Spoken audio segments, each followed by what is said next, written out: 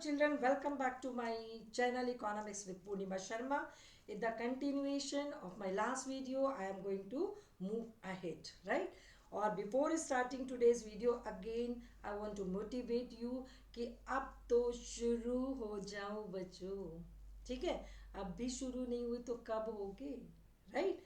अब ध्यान से पढ़ो, राइट? आगे मैंने लैंड रिफॉर्म्स आपको पढ़ाया था. लैंड रिफॉर्म्स के बाद दूसरा मेजर जो लिया था गवर्नमेंट ने, वो क्या लिया था? ग्रीन रिवॉल्यूशन का. आपको पता है कि जब पाकिस्तान के साथ इंडिया का वॉर चल रहा था तो हम क्या थे उस समय पे? इम्पोर्टर थे किसके? फूड ग्रेन के.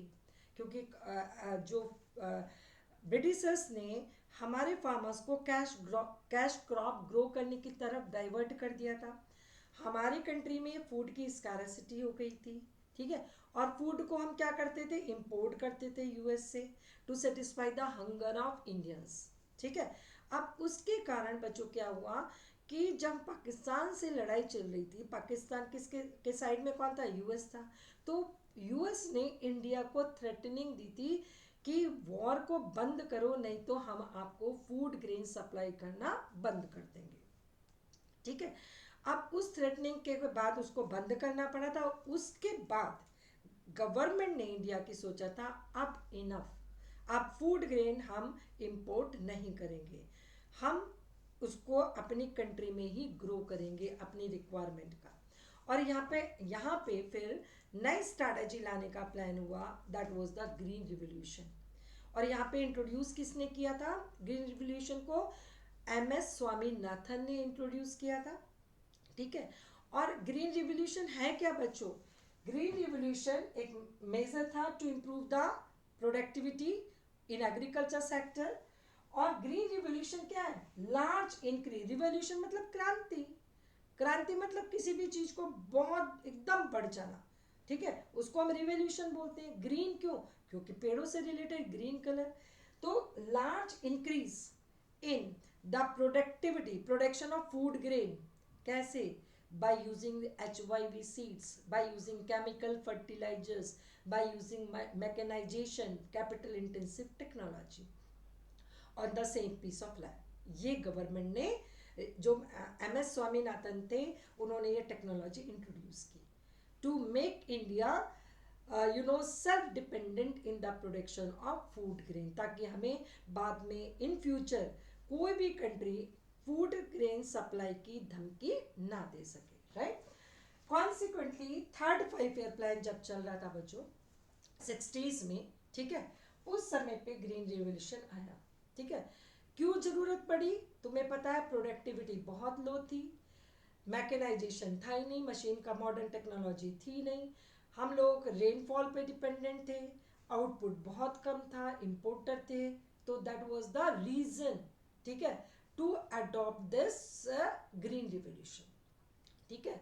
क्या रीजन थे इसके, क्यों लाए? इसके 3 पॉइंट आपको इसे भी लिख सकते हैं, राइट? इसके बाद ये हुआ कैसे बच्चों, ठीक है? ये कैसे स्टार्ट हुआ इंडिया में, राइट? ये इसको ग्रीन रिवॉल्यूशन का नाम एकदम से नहीं दिया बच्चों, एक प्रोसेस थी.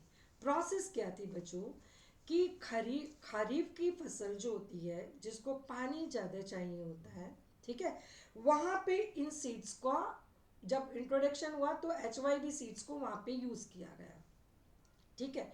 अब जब उसको यूज़ किया गया तो उसका जब आउटकम आया तो वो वंडर्स थे लोगों के लिए. अचानक चौंक गए कि कितना आउटपुट जो कई गुना बढ़ के आया.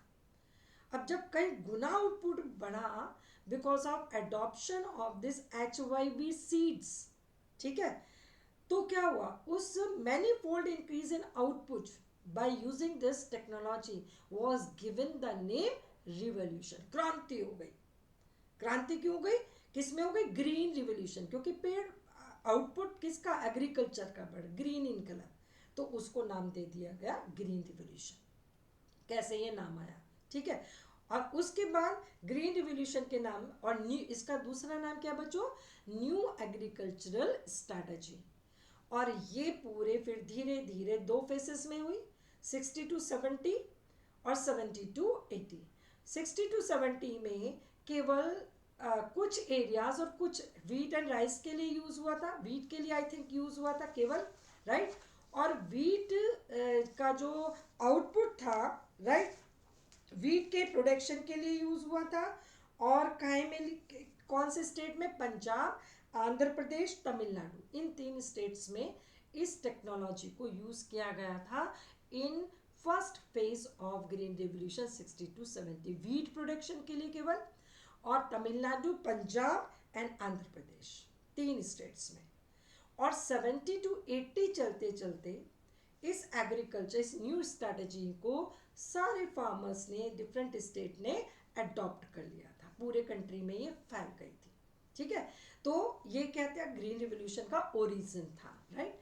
अब आ जाइए कि HYV seeds main reason for agricultural revolution. अब ये HYV सीड्स क्या थे? इनको HYV सीड्स को कौन सी जगह पे यूज कर सकते थे? जहां पे एडिक्यूट वाटर सप्लाई हो, क्योंकि अगर कोई भी सीड्स ज़्यादा आउटकम दे रहा है तो उस सीड्स को ज़्यादा खाना चाहिए। जैसे मुझे ज़्यादा काम करना है, ठीक है, तो ज़्यादा काम करने के लिए ज़्यादा एनर्जी चाहिए, तभी तो ज़्यादा काम कर पाऊंगी। इसी तरह से HYV सीड्स जो थे, ठीक है, उनको कहाँ पे हम यूज़ कर सकते थे? जहाँ ज़्यादा वाटर सप्लाई थी, ठीक है, ज़्यादा खाना और ज़्यादा पानी, और पानी के साथ ज़्यादा खाना, केमिकल। उनको कितना केमिकल चाहिए? 4 to 10 times more chemical fertilisers वो कंज्यूम कर लेते थे HYV सीड्स, ठीक है। तो HYV सीड्स को ज़्यादा खाना है, मतलब उनको कहाँ पे एरिया में यूज़ कर सकते थे? जहाँ ज़्यादा वाटर सप्लाई हो। और उसको वाटर सप्लाई केवल नहीं, उनको ज़्यादा न्यूट्रिएंट्स भी चाहिए थे बच्चों, ठीक है। और ज़्यादा कितने nutrient? 4 to times more chemical fertilisers they needed to grow more, ठीक है। अब ज़्यादा वाटर सप्लाई, तो उस ड्रेनेज सिस्टम भी प्रॉपर होना चाहिए उस एरिया में।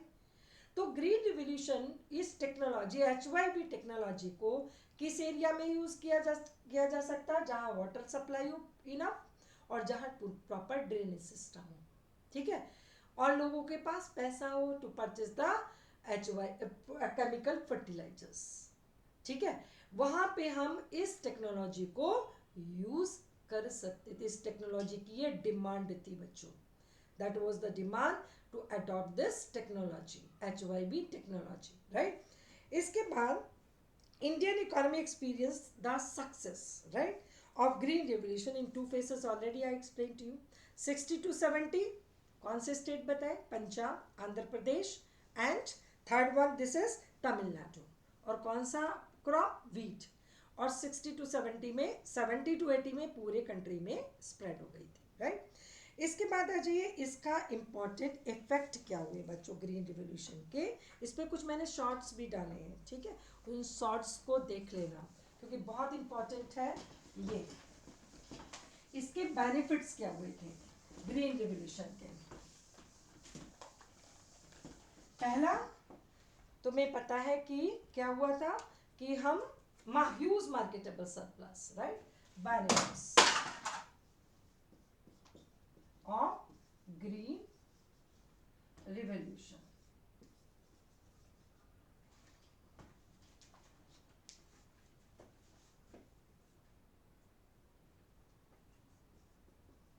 ठीक है, पहला था ह्यूज मार्केटेबल सरप्लस।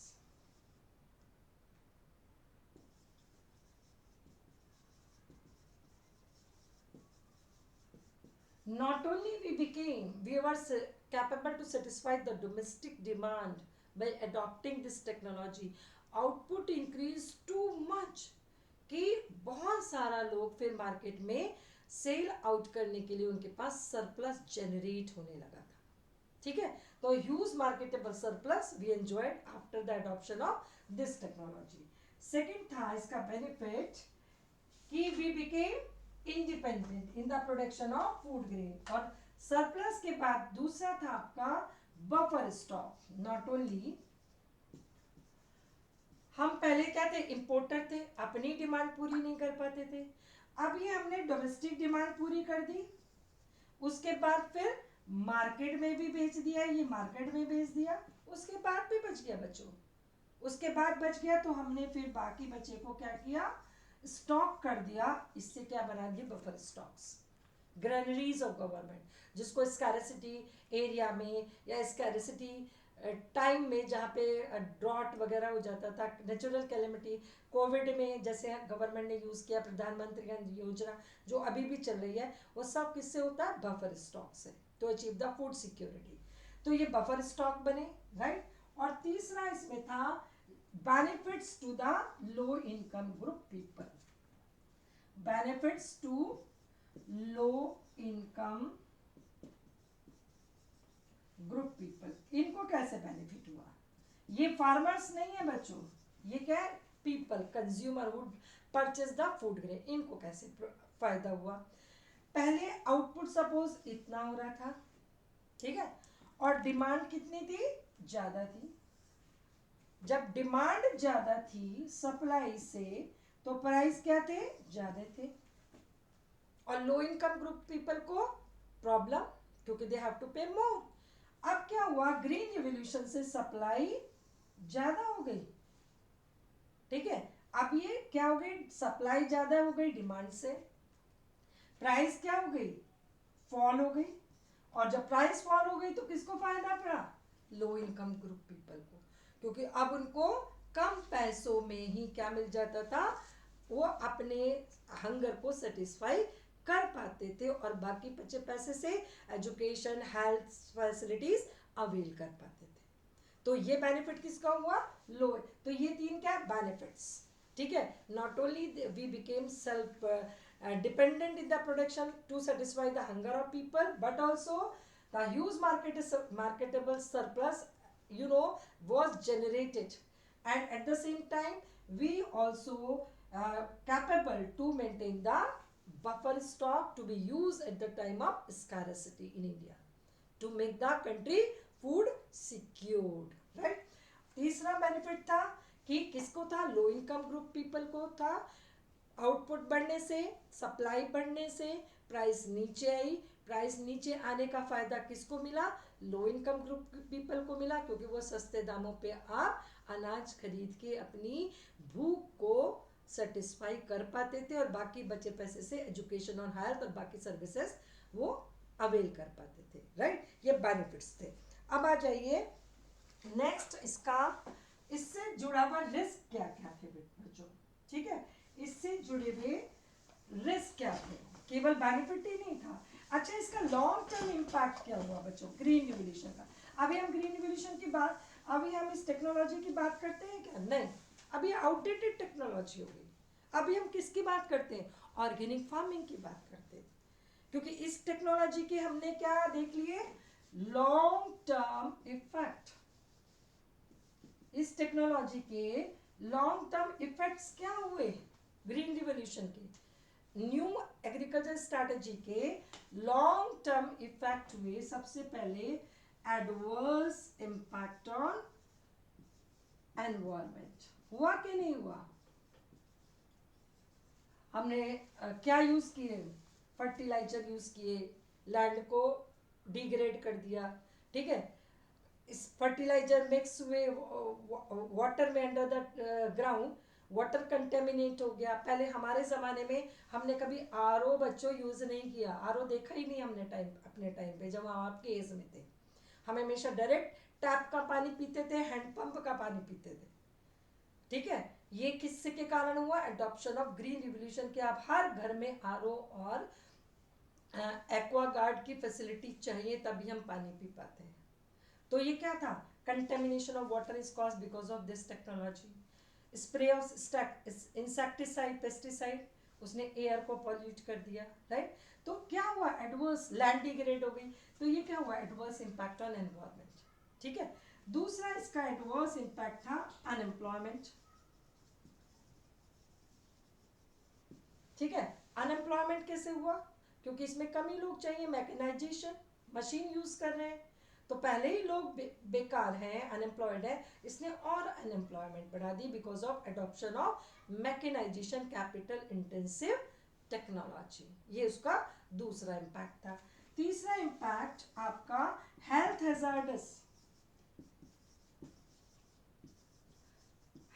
हैजार्ड्स, इसने हमारी हेल्थ खराब कर दी बच्चों, तभी तो ऑर्गेनिक फार्मिंग की हम बात कर रहे हैं। इस टेक्नोलॉजी ने, नो डाउट, अगर हम क्रिटिकल अप्रेजल रखें तो नो डाउट कि इसने हमें सेल्फ डिपेंडेंट बनाया, ठीक है, हमारी भूख को सेटिस्फाई किया, लेकिन इसके ये भी इम्पैक्ट है, राइट। हेल्थ हैजार्डस, अभी देखो पहले लोग कहते थे कि कोई बीमारियां वगैरह नहीं होती थी, अभी क्या है, कुछ भी आप उल्टा सीधा नहीं खाओ फिर भी बीमार हो जाते हैं, फ्रूट्स खा रहे हैं, अच्छा खाना खा रहे हैं, फिर भी हम बीमार हो रहे हैं, फिर भी हमारी हेल्थ खराब हो रही है। रीज़न क्या है कि जो हम केमिकल फर्टिलाइजर्स, इंसेक्टिसाइड, पेस्टिसाइड इस टेक्नोलॉजी में यूज़ कर रहे हैं, उसके यूज से जो हम खा रहे हैं वो भी हमारी हेल्थ के लिए फेवरेबल नहीं है, तो it is not good for the health, ठीक है। तो ये हेल्थ हैजार्डस है। ये क्या है, इसके लॉन्ग टर्म, बहुत समय के बाद, पहले पॉजिटिव इम्पैक्ट क्या है, तुरंत हमें जो मिले, मार्केटेबल सरप्लस हुआ, लो इनकम ग्रुप पीपल को फायदा हुआ, राइट, बफर स्टॉक बने, वो तुरंत के तुरंत हमने फील किए। लेकिन अब जाके लॉन्ग टर्म हमें पता चला, जब हमने पता शुरू करा, ऑर्गेनिक फार्मिंग पे डिस्कशन करा कि भाई बहुत हो गया, हेल्थ लोगों की खराब हो रही है, अनएम्प्लॉयमेंट हो रहा है, एडवर्स इम्पैक्ट हो रहा है, एनवायरनमेंट की बात, कभी एयर क्वालिटी और इन सब की बातें करते थे क्या। अब पंजाब में इतना प्रोडक्शन होता है, पंजाब और हरियाणा, दिल्ली की साइड में, कि पराली जलाने के कारण यहाँ कितना AQI कितना हाई हो गया बच्चों, it is because of this technology, ठीक है। हेल्थ हैजार्डस है, राइट। और नेक्स्ट आपका क्या है, वाटर की स्कैरेसिटी हो रही है, वाटर की स्कैरेसिटी, क्योंकि इस टेक्नोलॉजी को क्या चाहिए, more water for irrigation, water की स्कैरेसिटी हो रही है, ठीक है। तो ये क्या है, इसके लॉन्ग टर्म इफेक्ट है, वो कहते हैं benefits, and that is the long term effect of green revolution, ठीक है। अब आ जाइए इससे जुड़े हुए रिस्क क्या है बच्चों, इस टेक्नोलॉजी से एसोसिएटेड रिस्क है, दो रिस्क है। एक तो जल्दी से इंसेक्ट्स उस पर अटैक कर देते हैं, इस टेक्नोलॉजी से जो प्रोड्यूस्ड हमारा आउटपुट होता है उस पर ये रिस्क है, ठीक है, दैट इज फर्स्ट रिस्क, ठीक है। अब इस रिस्क को तो गवर्नमेंट रिसर्च के थ्रू उसको कंट्रोल करने की कोशिश की और उसने किया, राइट, कि ये इसको कैसे करें, ठीक है। दूसरा रिस्क था रिस्क ऑफ अनइक्वल,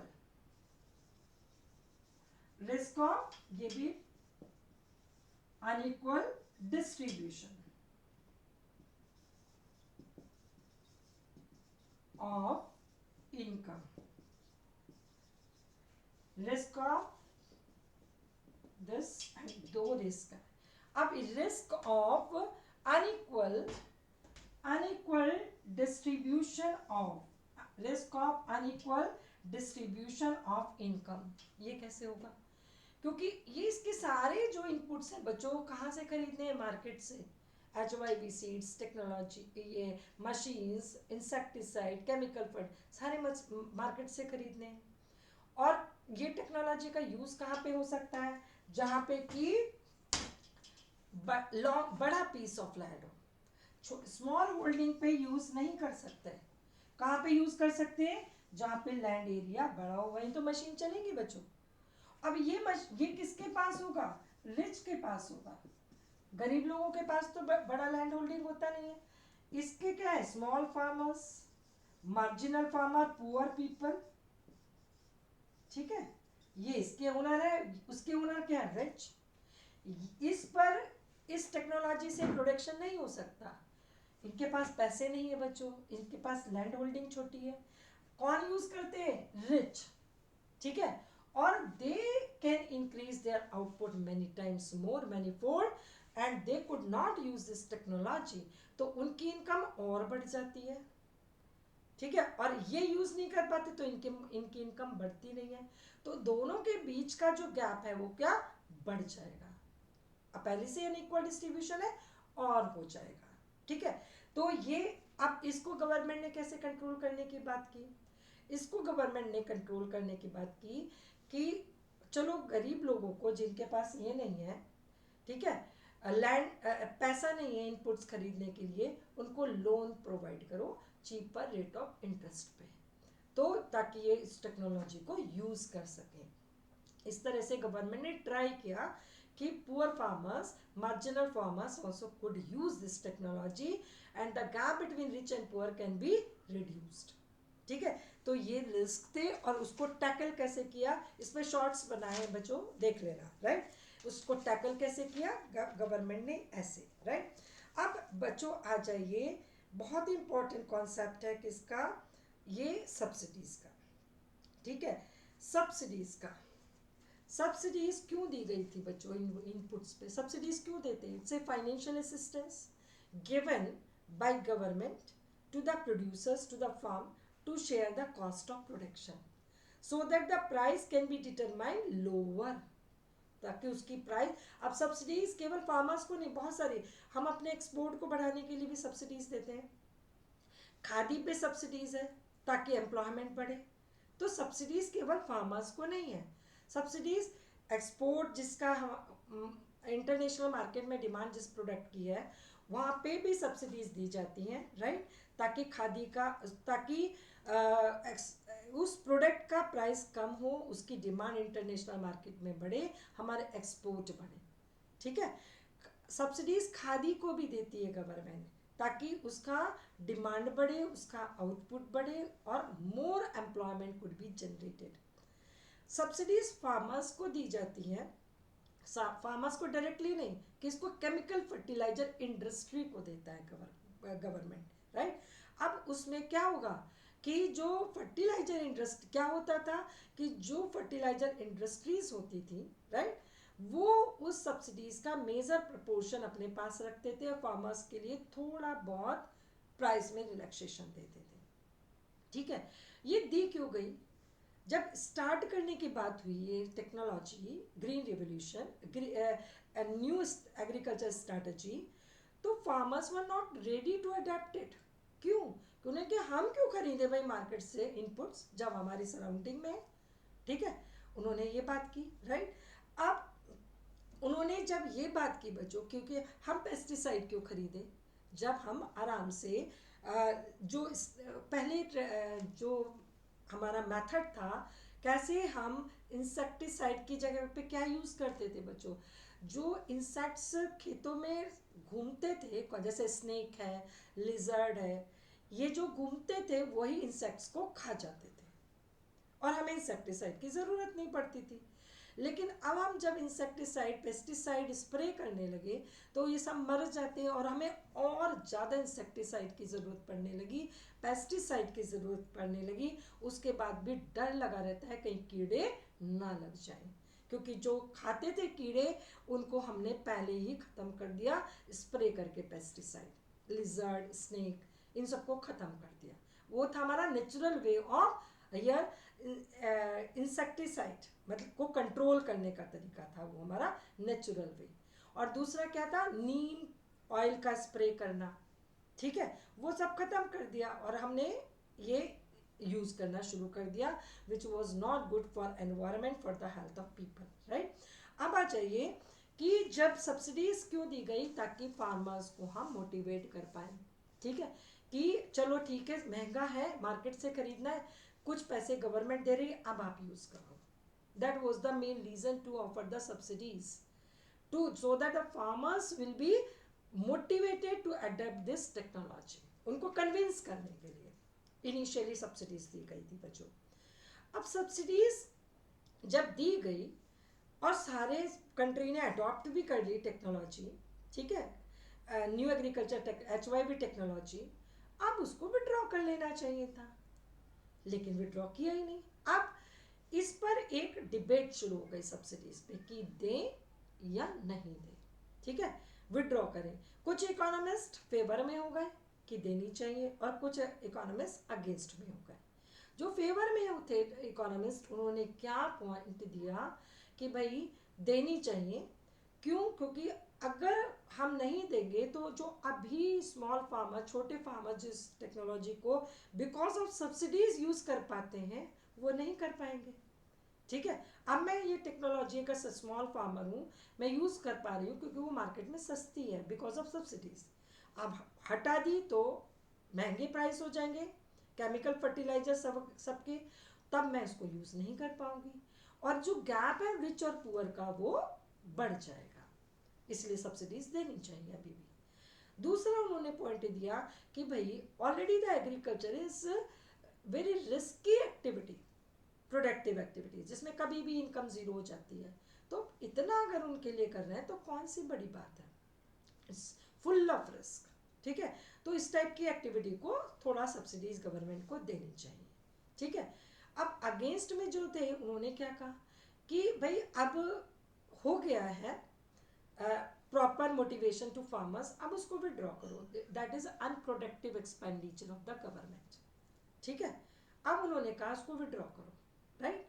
अब उन्होंने क्या किया, और साथ में जिनके लिए दी गई थी स्मॉल फार्मर्स वो यूज ही नहीं कर पाते, जो अमीर लोग हैं जिनके पास पैसा है पूरा, जो मार्केट से मार्केट प्राइस पे भी खरीद सकते हैं विदाउट सब्सिडीज, वो उसका फायदा उठा रहे हैं बच्चों।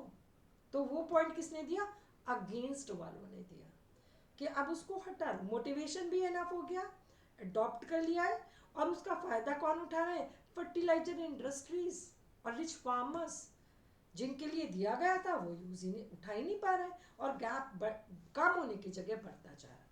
तो इस पे सब्सिडीज पे वो चली। और उसके बाद और कुछ पॉइंट्स दिए गए, सब्सिडीज को क्यों विड्रॉ कर लेना चाहिए, क्योंकि सब्सिडीज से क्या होता है, प्राइस कम हो जाता है बच्चों। ठीक है, अगर मान लो किसी का मार्केट प्राइस कितना हो रहा है, 100 रुपये हो रहा है, और ये ज़्यादा है, तो गवर्नमेंट कहेगी 30 रुपीज़ मैं शेयर कर रही हूँ, तो क्या उसका मार्केट प्राइस क्या हो गया, 70 रुपीज़, क्योंकि 30 गवर्नमेंट ने दे दिया, इसने प्राइस को कम कर दिया सब्सिडीज के कारण। ठीक है, अब अगर प्राइस क्या होता है बच्चों, एक सिग्नल होता है कि अगर किसी चीज़ की, बिल्कुल इजी वे में सोचो, अगर किसी की प्राइस बढ़ रही है तो किसका मतलब क्या है, उसकी डिमांड ज़्यादा, सप्लाई कम है, उसकी सप्लाई कम है, सप्लाई कम है, तो उसका हमें इकोनोमाइजिंगली यूज़ करना चाहिए। ठीक है, और अगर हम प्राइस को मतलब आर्टिफिशियली कम कर दें बाय प्रोवाइडिंग सब्सिडीज, तो लोगों को पता ही नहीं चलेगा कि ये इस कॉमोडिटी की सप्लाई कम है, और वो उसको ओवर यूज, मिस यूज ही करते जाएंगे, और रिसोर्स क्या होंगे, डिप्लीट हो जाएंगे। ठीक है, जैसे कि electricity, it leads to the wasteful use of resources is a cause for resource depletion। ठीक है, एनवायरमेंट के लिए थ्रेट है। जैसे कि वाटर का होता है ओवर यूज, वाटर पे प्राइस नहीं है तो चल रही है, टैप तो चल रही है, रोड पे पानी बिखर रहा है तो बिखर रहा है, घर में लाइट जल रही है तो चल रही है, कोई है या नहीं है, टीवी चल रहा है तो चल रहा है। अगर मान लो फ्री है तो ऐसा ही होगा, और जब प्राइस होगी तो हम केयरफुल रहेंगे कि इस लाइट एक्स्ट्रा चल रही है, बंद करो।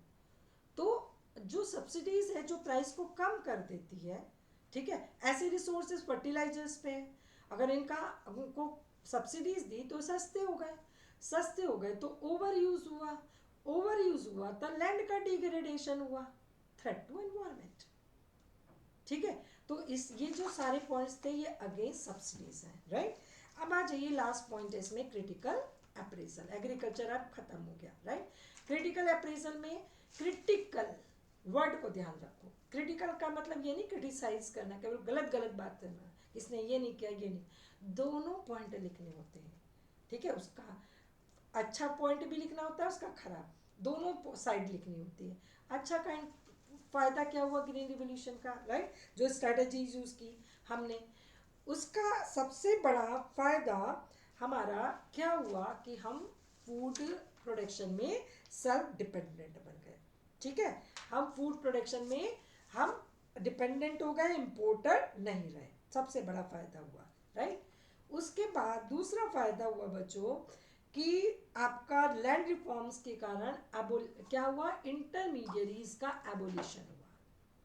ठीक है, लैंड रिफॉर्म्स के कारण जमींदारी सिस्टम खत्म और बिग चेन ऑफ मिडिलमैन खत्म हो गई। ये तो क्या थे, फायदे थे। ठीक है, अब किसका जो स्ट्रैटेजी यूज मेजर्स लिए, इसमें land reforms and green revolution दोनों। ग्रीन रिवोल्यूशन से सेल्फ डिपेंडेंट बने हम इन the production of food grain, और लैंड रिफॉर्म से क्या हुआ, एबोलिशन ऑफ इंटरमीडियरीज हुआ। ये दोनों के प्लस पॉइंट थे, बिल्कुल स्पेसिफिक लिखना है। ठीक है, दूसरा इसका ड्रॉबैक क्या था। ठीक है, ड्रॉबैक था बच्चों कि एग्रीकल्चर से कंट्रीब्यूशन टू जीडीपी कम हो गया था। ठीक है, एग्रीकल्चर से कंट्रीब्यूशन कम हो गया था, और साथ में जो people 65% right of countries population still here dependent on agriculture sector. ठीक है, टू गेट द एम्प्लॉयमेंट। ये इसका क्या था, नेगेटिव पॉइंट था कि अभी भी agriculture sector use to give the job to the maximum number of people in India. Output बढ़ा था, नो प्रॉब्लम, अच्छी बात है।